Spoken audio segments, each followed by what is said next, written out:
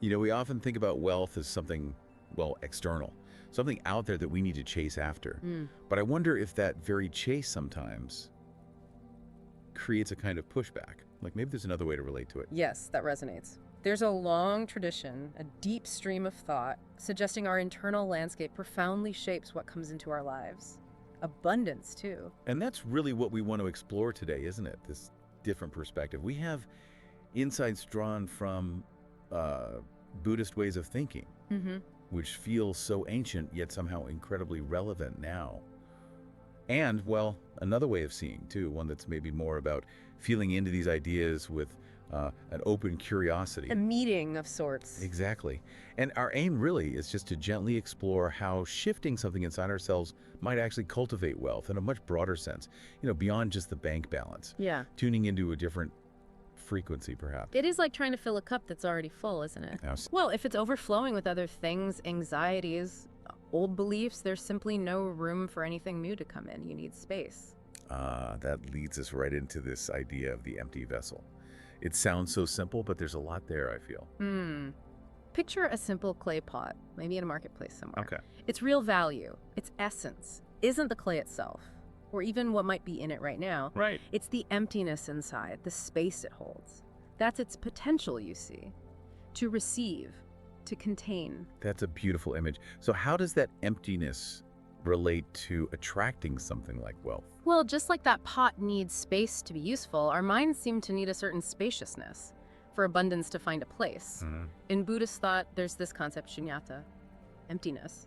But it's crucial to understand it's not bleak nothingness. Right, not a void. No, it's more like pure potentiality, openness. Think of a clear sky. It holds the possibility of all clouds, all weather, precisely because it is clear. So if our minds are cluttered, constantly worrying about bills, or maybe there's this underlying fear of not enough, or even just grasping, wanting more and more. Then the pot is full, crammed. Leaving no room.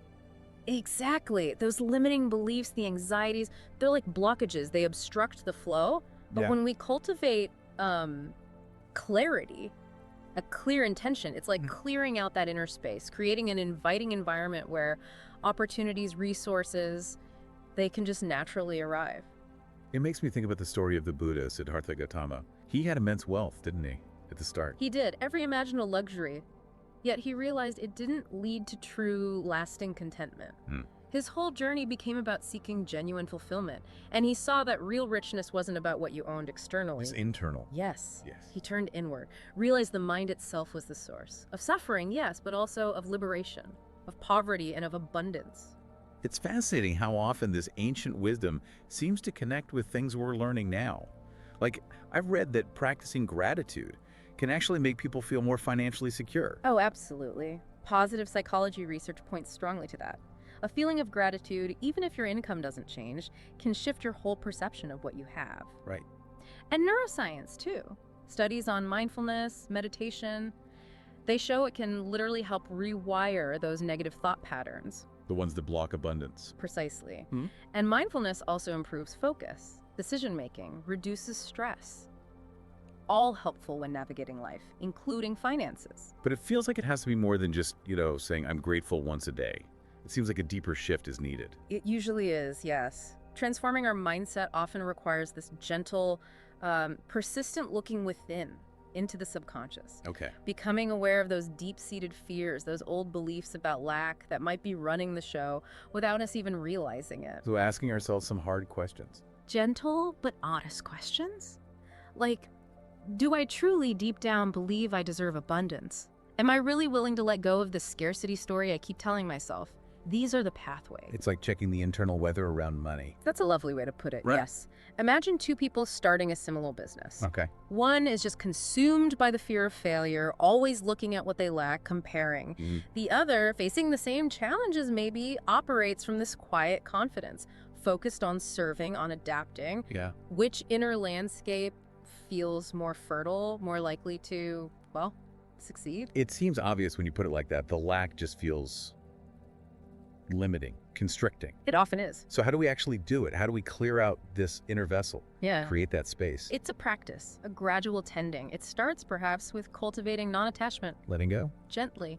loosening the grip on things, yes, but also on specific outcomes, expectations, and then intentionally filling that space, nurturing qualities like generosity, compassion, a sense of purpose beyond just me. So when the inner state starts to resonate with abundance, It begins to reflect outwardly, naturally. right, so the core idea here really is that true wealth, the deep kind, it starts inside, with the clarity and openness we cultivate in our own minds. That's the foundation. And from there, we naturally start to look at how our actions out in the world shape that flow too.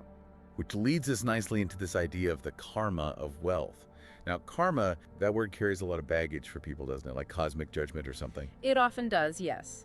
But in its essence, in these teachings, it's much simpler, more direct. It's the law of cause and effect in action. So not reward or punishment from outside. No, more like physics. Every choice, every action, whether it's something we do, something we say, even a thought we hold, consistently creates ripples, consequences. It's the natural unfolding of our own choices. So thinking about wealth then, every decision matters. How we treat people in business, how we spend money, even how we think about our own success. These are all seeds. Exactly. Actions that come from a place of generosity, of integrity, of compassion, they tend to cultivate an environment where abundance thrives, not just for us, but around us. Very opposite. Well, actions driven by greed or dishonesty or fear, they tend to create friction, obstacles, a feeling of scarcity, even if someone manages to grab a lot materially for a while. You mentioned a parable earlier about a farmer and a monk. How does that fit in? Yes, a simple story. This farmer, working hard, felt stuck in poverty. The monk suggested a small practice. Just place 3 grains of rice on his doorstep each evening, a tiny gesture, a symbol of willingness to give even when he felt he had absolutely nothing to spare. Okay, so what happened? Did riches magically appear? Not exactly magic, but something shifted in the farmer. That small, consistent act of symbolic giving, it changed his inner energy. It opened him up somehow. To possibility. To possibility, to receiving, and then opportunities started showing up, unexpectedly. So that small outward act reflected an inner shift, which then attracted outer change. Precisely. It connects to the idea of right effort in Buddhism, intentional action. Action that comes from a place of, well, selflessness maybe, a genuine wish to contribute positively, aligning what we do with our deeper values. And again, there are echoes in modern science, aren't there? Right. Like acts of kindness releasing oxytocin. Yes, that's well documented. Engaging in kindness, generosity, it triggers oxytocin, the love hormone, they call it. Right. It builds connection, trust. It reduces stress. And that, in turn, leads to stronger relationships, better networks, more support, potentially more opportunities. It creates this positive upward spiral. So it's not just a nice idea, it actually has tangible effects. You suggested keeping an intention journal. How would that help someone cultivate this positive karma around wealth? It's really about bringing mindfulness to our choices. Starting the day perhaps with a clear intention. Today I intend to act with integrity, or I intend to offer support where I can, or I intend to be fair in my dealings. Setting a direction. Yes. And then maybe briefly at the end of the day, reflecting. Did my actions align with that intention? It just makes us more conscious, less reactive, more deliberately shaping the current of our lives.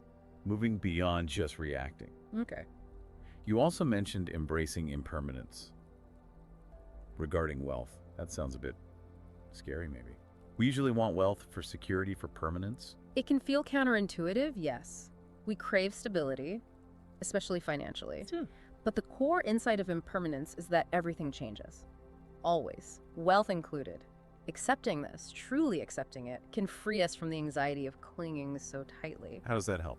Paradoxically, when we're less desperate to hold on, we can appreciate what we have now more fully and use it more wisely. Think of people who build great fortunes and then dedicate them to philanthropy. They recognize it's not theirs forever.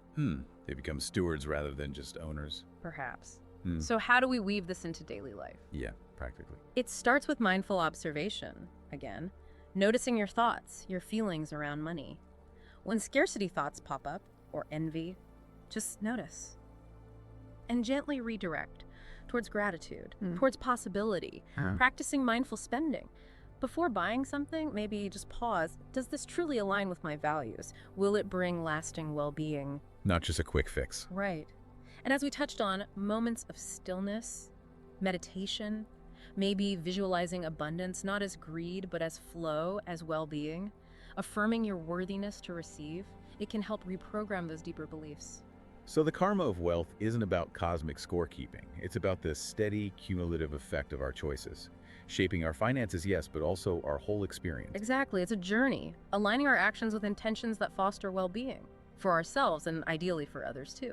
And this brings us to a fascinating point. Which is? The paradox of wealth itself. Okay. The idea that the more desperately we chase money purely for its own sake, the more elusive it can become. That really cuts against the grain of, well, everything we're usually told, doesn't it? Yeah. Strive, accumulate, more. It does, but think of water. A flowing river is vital, alive. Yes. But if you try to dam it up completely, hoard it just for yourself, it becomes stagnant, loses its life force. So money needs to flow. In a sense, it's energy, meant for exchange, for facilitating growth. Hoarding out of fear or selfishness can disrupt that natural flow. And this ties into the Buddhist idea of tanha, craving. Precisely, tanha. That relentless wanting, grasping, it's seen as a primary source of our dissatisfaction or dukkha. Believing that accumulating more and more things will bring lasting happiness, it's a setup for suffering because external things are impermanent. They can't fill an inner void. It sounds like the hedonic treadmill idea in psychology. Yeah. You get the raise, the bigger house. It feels good for a bit. And then you adapt. Yeah, and you need the next thing to feel good again. Exactly. It keeps us locked in a scarcity mindset. Always focused on what's missing instead of appreciating the abundance already here. Maybe not just financial, but in relationships, health, moments of peace. Right. The shift, the real key, seems to be moving focus from merely having more to being the kind of person who naturally attracts, sustains, and wisely uses abundance. So it becomes an inner journey again, Yeah. transforming who we are. Yes. Aligning ourselves with the energy of abundance itself. And the ancient wisdom, like the Noble Eightfold Path, offers guideposts for this. We could maybe distill it into, say, 3 core elements for an inner formula for abundance. Okay, I'm listening. What are they? First is right vision, samadhi. Seeing clearly. Nini. Seeing beyond just the surface desire for money, understanding our deeper purpose, asking not just, how do I get rich, but what impact do I truly want to have? What values matter most to me? Think of entrepreneurs driven by a genuine vision to solve a real problem or serve others meaningfully. That deeper why often fuels a different kind of energy. A more sustainable abundance often follows, like Sarah Blakely, perhaps, wanting to empower women. Right, connecting wealth to a larger purpose. Okay, what's the second element? Second is right effort, samavayama. This is about consistent, intentional action, but crucially, not just frantic busyness. Working smarter, not just faster. Exactly. Directing our energy wisely, focusing on the actions that truly align with our vision and have the most positive impact. You know, the 80-20 idea. Sure. A small percentage of efforts often yield most of the results. Mindfulness helps here too, making conscious choices about where to put our focus and energy. Being strategic and intentional. Yeah. Got it. And the third? Third is right action, samakamanta. This is about ethics, responsibility. How we behave. Yes, in everything. How we earn money, how we spend it, manage it, operating with integrity, treating people respectfully, considering the consequences of our choices on others, on the planet. Like Patagonia, maybe. Their commitment to sustainability. That could be an example, yes. Building trust, loyalty. Often that ethical foundation contributes to long-term flourishing, even if it means sacrificing some quick profits. It recognizes the interconnectedness. Our well-being is tied to the well-being of the whole system. You mentioned someone who embodied this. Yes, a story I heard about someone, let's call him Alex. Successful in the corporate world, financially rich, but felt empty. Through exploring spirituality, contemplative practice, he shifted, realized true wealth was about connection, contribution, purpose. He ended up starting an ethical investment firm, found not just renewed financial success, but deep fulfillment. He was living these principles. Wow, that's a powerful illustration. Wealth as a path of self-discovery, not just accumulation. So this paradox, what's the invitation for us listening? It's really an invitation to gently look at our own relationship with wealth. Are we stuck on that treadmill of wanting, or are we open to another way? One that starts inside with contentment, purpose, ethical action. You had a simple exercise suggestion. Yes. Maybe just take a quiet moment later. Bring to mind 3 things you feel genuinely grateful for right now. Really feel it. Okay. Then, gently visualize your life, maybe 5 years from now, feeling truly abundant. What does that look like? How does it feel? What kind of impact are you having? It's a way to start shifting focus, opening to possibility. And connecting with others who think this way. That can be very supportive, yes. Surrounding yourself with people who see wealth more holistically. So it really comes back to this paradox. The less we cling, the more freely abundance can flow. Yeah. The more we focus on inner richness, integrity, contribution, The more we create the conditions for outer abundance to manifest naturally, sustainably. the deeper the connection to ourselves, our values. The greater our capacity for a truly abundant life, in every sense. So as we finish this deep dive, we circle back to that opening thought. Maybe the greatest wealth isn't just external. Maybe it's that inner peace, that harmony that comes from living with wisdom, with compassion. It's certainly something to consider. How might we each cultivate more of that inner richness? Because it seems that's where lasting wealth truly finds its roots.